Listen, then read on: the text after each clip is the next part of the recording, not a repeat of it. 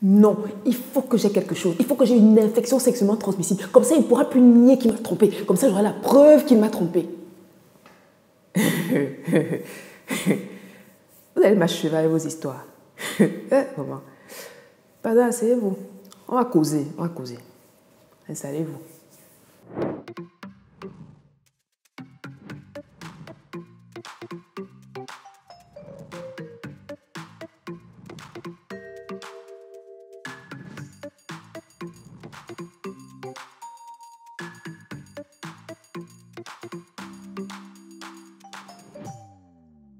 Hello mes gens, on dit quoi? Mais bienvenue à notre rendez-vous hebdomadaire. Pour ceux qui découvrent la chaîne via cette vidéo, je suis Dr Paul Moko et sur le Mac Santé, on parle de santé, on parle de bien-être intime au féminin. Alors si c'est une thématique qui vous intéresse, je vous invite à vous abonner si ce n'est pas encore fait, à activer la cloche de notification pour être prévenu à chaque fois que je poste une nouvelle vidéo et à me suivre sur les autres réseaux sociaux, notamment Facebook, Instagram, surtout Instagram, ma foi.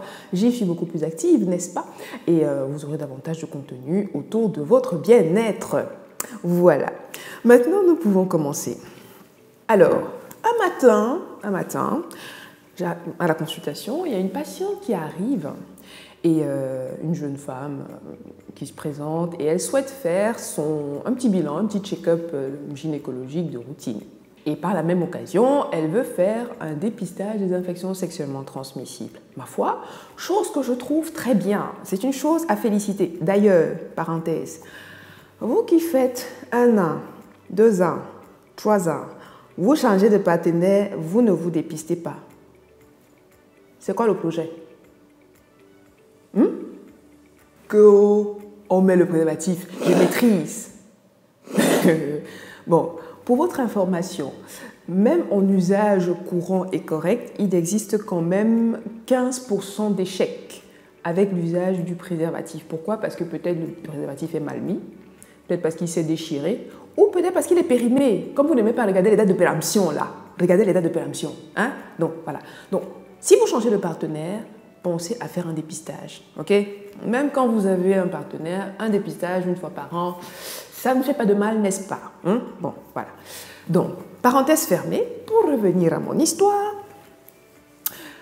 je félicite donc la dame, je dis oui, c'est bien, c'est très bien, il faut faire le dépistage et tout. Et puis je prends mon bon d'analyse et puis je coche. Et je coche. Et je coche. Et c'est là que j'entends, j'espère avoir quelque chose. Bon, sur le coup, je me suis dit, non, mais j'ai mal entendu, parce qu'habituellement, les femmes, quand elles arrivent, elles disent, non, j'espère vraiment ne rien avoir, j'espère que tout est ok et tout. Mais là, elle me dit qu'elle veut avoir quelque chose. Peut-être que c'est moi qui me fais des films dans ma tête. Donc du coup, je la regarde et je lui dis, quand vous dites, j'espère avoir quelque chose, ça veut dire quoi? Elle me dit, mais mon homme me trompe. Je suis sûre qu'il me trompe. Comme ça, si c'est positif là, j'aurai enfin la preuve qu'il m'a trompé. Il ne pourra plus nier qu'il m'a trompé.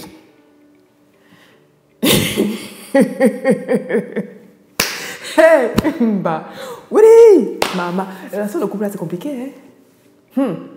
Bon, on dit souvent que entre l'écorce et l'arbre, il faut pas mettre son doigt. Mais le tout aussi là, je vais mettre mon doigt. Je vais, sauf que, mettre mon doigt. Dans la vie, là, il y a des choses qu'il vaut mieux ne pas souhaiter.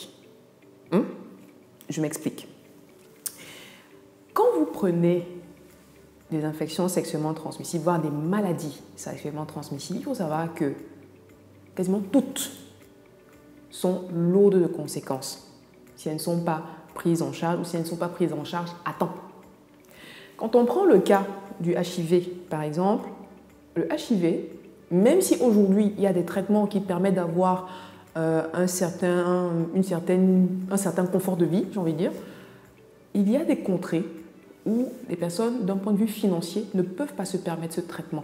Là, on est dit, vous dites que, oh, machin, il y a la mutualité, et puis vous avez les traitements, vous croyez que non, c'est bon comme ça, vous faites, il y a des endroits où c'est compliqué, ok? Donc, faites attention. Parce que malgré tout, même si vous pouvez vous payer des traitements, ce sont des traitements suivis sur du long terme. Ça demande un investissement financier, physique et psychologique. Donc ce n'est pas rien. Okay? Ensuite, Si vous n'avez pas pris l'habitude de vous faire dépister régulièrement, ça veut dire que vous êtes susceptible de traîner une infection sexuellement transmissible pendant longtemps et qui peut occasionner des dégâts. C'est le cas par exemple de la chlamydia qui, lorsqu'elle n'est pas traitée, peut engendrer de la stérilité. J'avais fait une vidéo sur les infections sexuellement transmissibles, je vous remets le lien là, allez la regarder si vous ne l'avez pas encore vue. Donc, ça peut engendrer des dégâts conséquents. Et en plus de ça, si par ailleurs avant vous avez eu d'autres partenaires, vous ne vous êtes pas fait dépister, c'est difficile de savoir d'où vient l'infection. Donc, ça se trouve même, vous accusez l'enfant d'autrui même pour rien en soi. Bref, parenthèse, ne venez pas me taper. Donc, l'idée, elle est là. L'idée, c'est de dire qu'il ne faut pas prendre les infections sexuellement transmissibles à la légère. Et très honnêtement, si vous avez des doutes par rapport à votre partenaire, je ne pense pas que ce soit la meilleure manière de le coincer. Et au lieu de prier pour avoir une infection, afin d'avoir la preuve de son infidélité, de grâce, priez pour qu'il ait pris au moins la peine de se protéger. Ou mieux, priez pour que cette histoire de tromperie ne soit que des films que vous vous tournez dans votre tête. On ne sait jamais. Ou encore mieux, priez surtout pour avoir un partenaire qui a suffisamment de respect pour vous et qui est suffisamment soucieux de votre bien-être pour éviter de vous mettre dans des situations aussi dramatiques. Ok? Voilà, c'est la fin de la vidéo. J'espère que vous aurez appris de nouvelles choses et que vous comprendrez mon point de vue quant à la vigilance qu'il faut avoir par rapport aux infections sexuellement transmissibles et à la gestion des problèmes de couple qui, ma foi, peut s'avérer être très compliqué. Dites-moi en commentaire ce que vous en pensez. Si pour vous, avoir des infections sexuellement transmissibles est un gage de fidélité ou d'infidélité, ou voilà. Racontez-moi tout en commentaire, je suis curieuse. Partagez la vidéo à quelqu'un que ça pourrait aider, likez, ma foi. Abonnez-vous encore, si ce n'est pas déjà fait. Et ma foi, je vous dis à la semaine prochaine dans une autre vidéo. D'ici là, prenez grand soin de vous et surtout, sortez couverts. Voilà, à très bientôt.